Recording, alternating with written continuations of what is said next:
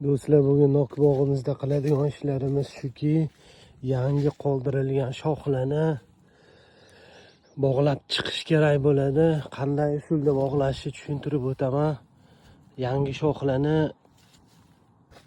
90 gradusga yotqizib bog'lash kerak emas. Doim shu 45 gradusda bukib bog'lab qo'yish kerak bo'ladi. Mana ko'rib turganlaringdek 45 gradusga bukib bog'lab qo'yganmiz.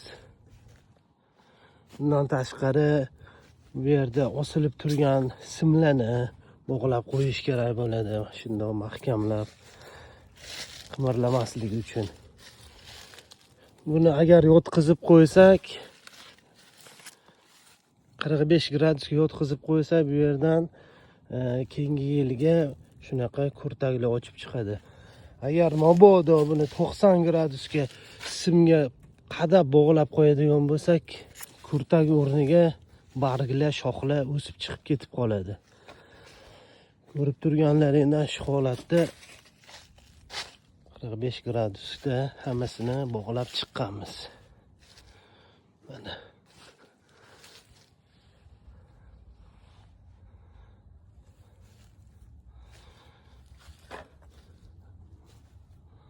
juda ham qo'lga oladigan ishlardan biri.